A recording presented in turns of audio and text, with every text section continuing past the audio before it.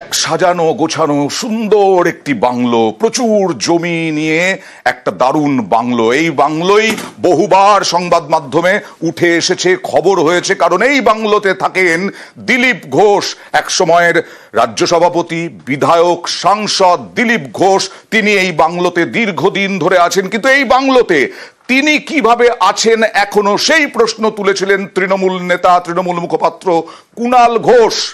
তার দাবি 2020 সালেই নাকি এই বাংলোয় থাকার মেয়াদ ফুরিয়ে গেছে। দেখুন, খড়গপুর রেল কোয়ার্টার, যখনই দিলীপবাবু ওখানে যান, এই 677 নম্বর কোয়ার্টারটায় দিলীপবাবু থাকেন। The said bungalow was allotted to Shri Tushar Kanti Ghosh and the allotment is expired on 31 March 2020। Dilip বাবু 677 নম্বর কোয়ার্টার জবরদখল করে রয়েছেন, সেটাও কি ভগবান রামের ইচ্ছায়? কিন্তু দিলীপ ঘোষ তখনই বলেছিলেন জবরদখল করে নেই তিনি এই রেলের বাংলো। দেখুন, দিলীপ ঘোষ কোন জবরদখল করেনি, ওখানে অফিসের লোককে পরিষেবা দিতাম। ওদের লোকেরা পুরো খড়গপুর জবরদখল করেছে, বাড়ি তৈরি করেছে, এসি লাগিয়েছে, পার্টি অফিসের বোর্ড লাগিয়েছে। ওখানে কোনো বোর্ড লাগাইনি আমি। যে রেলের ইমিউনিটি কমিটি হয়, তার যে মেম্বার, তার নাম অ্যালট হয়, 3 বা 4 বার অ্যালট হয়েছে। লোকের পরিষেবার অফিস ইউজ করে, ওখানে রাজনৈতিক পার্টির নয়, কিছু না। এই 5ই এপ্রিলের পরেই এবার নোটিশ পড়ে গেল রেলের, এই বাংলোতে খালি করতে হবে দিলীপ ঘোষের এই বাংলো। দিলীপ ঘোষকে বলা হলো খালি করতে, তুষারকান্তি মণ্ডল নামে এক ব্যক্তির নামে এই নোটিশ। এবং দিলীপ ঘোষ কিভাবে আছেন সেই প্রশ্ন তোলা হয়েছে। এই নোটিশে দিলীপ ঘোষ কেন আছেন, কিভাবে আছেন, দিলীপ ঘোষকে খালি করার নির্দেশ নোটিশ রেলের। আর আজ এই নোটিশ নিয়ে আজকে কুণাল ঘোষ কি বললেন, দেখুন। দিলীপ ঘোষ তিনি এত বড় বড় কথা বলছেন, কিন্তু উনি খড়গপুরে গেলে যে বাংলোটায় থাকেন সেটা জবরদখল করা। ওটা রেলের বাংলো, যাকে দেয়া হয়েছিল 2020 সালের মার্চ মাসে। সেই অ্যালটমেন্ট শেষ হয়ে গেছে, কিন্তু সেখানে গিয়ে দিলীপ ঘোষ থাকেন, বিজেপির পার্টি অফিসের মতো রেলের ওই বাংলোটাকে ট্রিট করেন। দিলীপ ঘোষ ওখানকার সাংসদও নন, বিধায়কও নন, কোনোভাবেই ওনার নামে ওই বাড়ি অ্যালটমেন্ট নেই। আমরা তো আরটিআই এর উত্তর তুলে বলেছিলাম, আজকে রেল বলেছে খালি করে দিতে, ওনাকে খালি করে দিতে হবে। শুধু খালি নয়, একটা আইনত প্রসিডিং করে ওনার কাছ থেকে ফাইন নেওয়া উচিত। রেলের এই নোটিশের পরেও কি খালি করবেন দিলীপ ঘোষ এই বাংলোটা? দেখুন, দিলীপের দীর্ঘদিন ধরে এই বাংলো, আবার বলছি, সংবাদ মাধ্যমে উঠে এসেছে। আমরা কিছুক্ষণ আগে দিলীপ ঘোষের সাথে কথা বললাম, তিনি অভিযোগ করলেন রেলের জমিতেই নাকি তৃণমূল কংগ্রেসের বহু অফিস হয়েছে। প্রদীপ সরকার কাউন্সিলর, তার ওই ওয়ার্ডেই, তিনিও নাকি বেআইনি ভাবে রেলের জমিতে অফিস করেছেন। কিন্তু ছাড়বেন কি দিলীপ ঘোষ বাংলো? না না না, চ্যালেঞ্জ ছুড়লেন তিনি। টিএমসি তো ফাটছে কেন? পুরো খড়গপুরটাকে দখল করে চুষে খেয়ে নিচ্ছে। পাড়ায় পাড়ায় অফিস, কার অনুমতি নিয়েছে, কাকে পয়সা দিয়েছে? বাড়ি বানিয়েছে, বড় বড় এসি লাগিয়েছে, বিশাল বিশাল বিল্ডিং, ব্যবসা করছে ওখানে টিএমসির নেতারা। দিলীপ ঘোষ কি ব্যবসা করছে ওখানে? দিলীপ ঘোষের টাকা নেই, তাই কবজা করে বাড়ি করতে পারে না। সরকারি ভাঙা বাড়ি ছিল, সেটাকে রিপেয়ারিং করা হয়েছে, ওটা অনেকদিন কন্ডেমড আছে।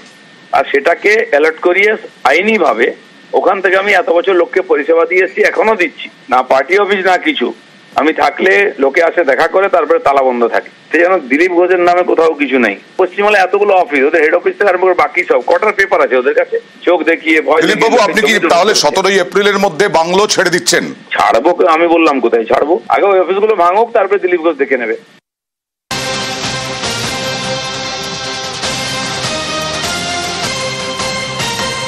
আর কিছুক্ষণ আগেই চাকরিহারাদের বিক্ষোভ দেখাচ্ছিলাম, প্রতিবাদ মিছিল দেখাচ্ছিলাম, পৌঁছে গেছে ধর্মতলায়, ডোরিনা ক্রসিং এ অবস্থান বিক্ষোভে বসে পড়েছেন এই চাকরিহারারা।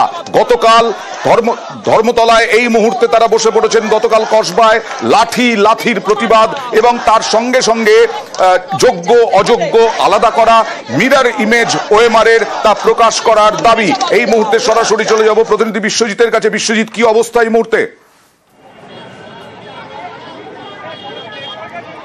একদমই ছবিটা দেখাবো। আমরা রয়েছি ধর্মতলার ড্রোরিনা ক্রসিংয়ে এবং সেখানে এই চাকরিহারা প্রার্থীরা, যারা চাকরিহারা শিক্ষক, এই মুহূর্তে তারা একেবারে বসে পড়েছেন। আমরা দেখাচ্ছিলাম কিছুক্ষণ আগে তারা এসেছেন আন্দোলনে, রীতিমতো তারা বসে পড়েছেন এবং রাস্তায় এই গরম যে আবহাওয়া সেটা উপেক্ষা করেই তারা এই মুহূর্তে বসে পড়েছেন।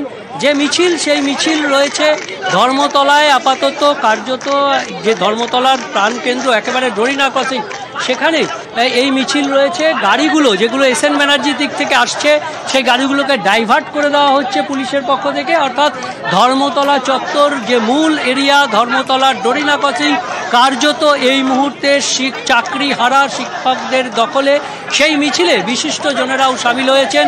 বিশিষ্ট জনেদের মধ্যে অভিনেতা যেমন রয়েছেন, তেমনি রয়েছেন আরজি করের জুনিয়র চিকিৎসক, যারা আরজি কর আন্দোলনের যে পরিচিত মুখ, সেই জুনিয়র চিকিৎসক, সেই জুনিয়র চিকিৎসকেরাও রয়েছেন। পাশাপাশি বাদশা অভিনেতা যেমন, তেমনি অবসরপ্রাপ্ত শিক্ষক, যারা বয়স্ক অবসরপ্রাপ্ত শিক্ষক, তারা এসে এখানে যোগ দিয়েছেন। অর্থাৎ বিশিষ্ট জনেদের সঙ্গে আসার যে আহ্বান চাকরিহারা শিক্ষকদের ছিল, সেই আহ্বানে সাড়া দিয়ে ইতিমধ্যেই যে শিক্ষকদের আন্দোলনে অবসরপ্রাপ্ত শিক্ষকেরা যেমন রয়েছেন, তেমনি অভিনেতা বাদশা যোগ দিয়েছিলেন, তেমনি চাকরিহারাদের সঙ্গে এই মুহূর্তে বিশ্বজিৎ, এই মুহূর্তে কি কথা বলা সম্ভব কোনো একজনের সঙ্গে চাকরিহারাদের? কারণ ইতিমধ্যেই তো এইটা নিয়ে রাজ্য সরকার আগামীকাল ব্রাত্য বসু তিনি বৈঠক ডেকেছেন এবং চাকরিহারাদের সঙ্গে বৈঠক করবেন বলেছেন, এবং রাজ্য সরকার কি কি পদক্ষেপ করছে সেইটাও ওদের কাছে পরিষ্কার করে জানানো হবে ব্রাত্য বসু শিক্ষামন্ত্রীর পক্ষ থেকে। কি বলবেন তারা?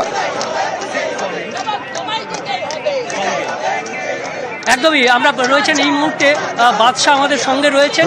এই আন্দোলনে তাদের আহ্বান ছিল বিশিষ্ট জনেদের আসার।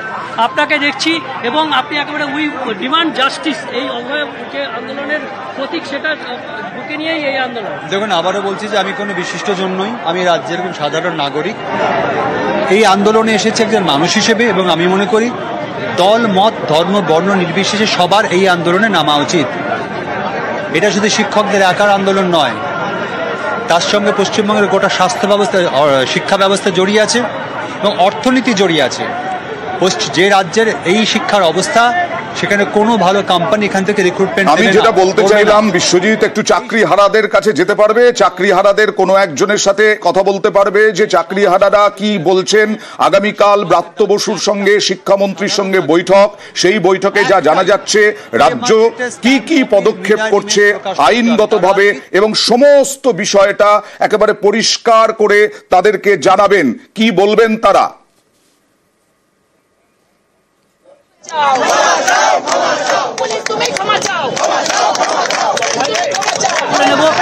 তাদের সঙ্গে এই মুহূর্তে আপনার সঙ্গে কথা বলবো যে এই যে আপনাদের দাবি, আজকে অনেকেই যোগ দিয়েছেন, যে মূল দাবি, আগামীকালও আপনাদের মিছিল রয়েছে, সেই মূল দাবি যে মিরর ইমেজ প্রকাশ করা এবং সেই এই বিষয়গুলো কি বলবেন যে আজকের দাবির পর আপনাদের আগামীকালের এই একই দাবি?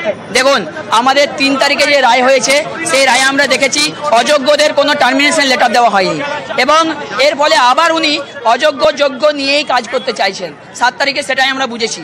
তাহলে আমাদের এখানে আপত্তি যে আপনি বারবার অযোগ্যদের নিয়েই কেন কাজ করতে চাইছেন? মানুষ বুঝে না, সমাজ বুঝে না, কে চোর সিবিআই লিস্টে নাম আছে। বিশ্বজিৎ, শিক্ষামন্ত্রীর বৈঠকটা নিয়ে একটু প্রশ্ন করা সম্ভব? শিক্ষামন্ত্রী চাইছেন আগামীকাল চাকরিহারাদের প্রতিনিধি এসে চাকরিহারাদের সামনে রাজ্য স্পষ্ট করে দেবে তাদের পাশে কিভাবে দাঁড়াচ্ছে রাজ্য সরকার। একদমই, শিক্ষামন্ত্রীর বৈঠক আছে আগামীকাল। শিক্ষামন্ত্রী বলেছেন যে তিনি স্পষ্ট করে দেবেন যে কি অবস্থান রাজ্যের, আপনাদের যে অভিযোগ সেটা সম্পর্কে স্পষ্ট করে দেবেন যে তাদের কি অবস্থান। কি বলি, শিক্ষামন্ত্রী এখানে আমাদেরকে আশ্বাস দিচ্ছেন, মুখ্যমন্ত্রী এখানে আশ্বাস দিচ্ছেন, কিন্তু মুখের কথাই তো চিড়ে ভিজে না। মুখের কথাই কি করে চিড়ে ভিজবে? আপনি তো সুপ্রিম কোর্টে গিয়ে MA ফাইল করেছেন, সেখানে ভালো করে লিখে দিয়েছেন যে এরা কোনো দাবি রাখতে পারবে না, এদেরকে এরা ভলেন্টিয়ার সার্ভিস করবে, এরা ডিসেম্বর পর্যন্তই কাজ করবে, এরা কোনো রকম টাকা পয়সার দাবি করতে পারবে না, মানে এরা কোনো রকম অধিকার ফলাতে পারবে না। কালকের শিক্ষামন্ত্রীর বৈঠকে কি আপনারা থাকবেন না? হ্যাঁ, থাকবো, অবশ্যই যাবো। উনি টিম করে যেতে বলেছেন, অবশ্যই যাবো, দেখা করবো? আমরা তো চাই এর সমাধান হোক, আমরা কেন চাইবো না সমাধান হোক? আমরা তো অবশ্যই আমরা স্কুলে ফিরে যেতে চাই। আপনি সমাধান করুন, আপনি আমাদের ঊর্ধ্বতন কর্তৃপক্ষ, আপনি যদি সমাধান না করেন তাহলে কে করবে? শিক্ষামন্ত্রীর সঙ্গে বৈঠকে রাজি, শিক্ষামন্ত্রীর সঙ্গে বৈঠকে যাবেন এবং একটি প্রতিনিধি দল করে এই চাকরি হারারা তারা শিক্ষামন্ত্রীর সঙ্গে দেখা করতে চান, বৈঠক করতে চান। তারা চান সমাধান। অবশ্যই তাদের বেতন, তাদের সংসার, তাদের জীবনযাত্রা সবটাই নির্ভর করছে আগামী কয়েক মাসের ওপরে কি হবে তাদের ভবিষ্যৎ। তাদের এই ভবিষ্যতে শিক্ষামন্ত্রী ব্রাত্য বসুর সঙ্গে কথা বলে তারা চান এর সমাধান। অর্থাৎ একদম বুঝলাম বিশ্বজিৎ, চাকরি হারারা চাইছেন সমাধান। খুব স্বাভাবিকভাবেই সেই চাকরি হারাদের সঙ্গে শিক্ষামন্ত্রী ব্রাত্য বসু আগামীকাল বৈঠক করবেন। সেই বৈঠকে তারা যাবেন, বলে দিলেন স্পষ্টভাবে। এখানে যেমন অবস্থান চলছে, বিক্ষোভ চলছে, কিছুক্ষণ আগে বিজেপি গতকাল কসবায় যে লাঠি চাকরিহারাদের ওপরে, তার প্রতিবাদে বিজেপির বিক্ষোভ ছিল। সেই বিক্ষোভ টায়ার জ্বালিয়ে বিক্ষোভ দেখালো বিজেপি কর্মী নেতারা। কিছুক্ষণের জন্য উত্তেজনা ছড়িয়েছিল কিছুটা, এবং তারপর প্রিজন ভ্যানে তুলে নিয়ে চলে যায় পুলিশ। করুণাময়ীতে, সল্টলেকের করুণাময়ীতে চাকরিহারাদের ওপর লাঠির প্রতিবাদে বিজেপির যে প্রতিবাদ, সেই প্রতিবাদ কর্মসূচি।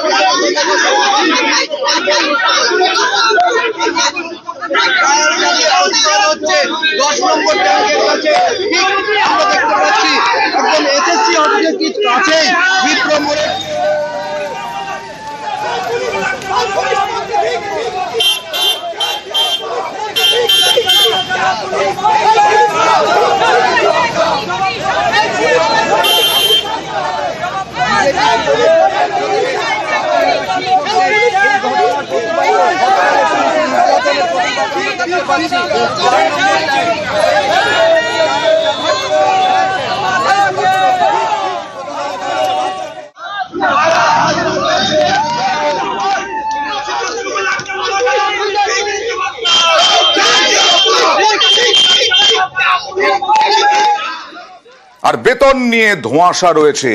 এই যে চাকরিহারা, তাদের বেতন পাবেন কিনা তারা? বেতন যে বাকি রয়েছে সেই বেতন, মাইনে আইনি পরামর্শ নিচ্ছে রাজ্য। কারণ এই মাইনে দিলে পরেই আদালত অবমাননা হবে না তো, এই নিয়েই আইনি পরামর্শ নিচ্ছে রাজ্য এখনো পর্যন্ত। স্কুল শিক্ষা দপ্তর যা জানাচ্ছে, চলতি মাসেও কাজ করেছেন চাকরিহারারা, মাইনে দিলে আদালত অবমাননা হবে কি? ধোঁয়াশায় আইনি পরামর্শ নিচ্ছে রাজ্য।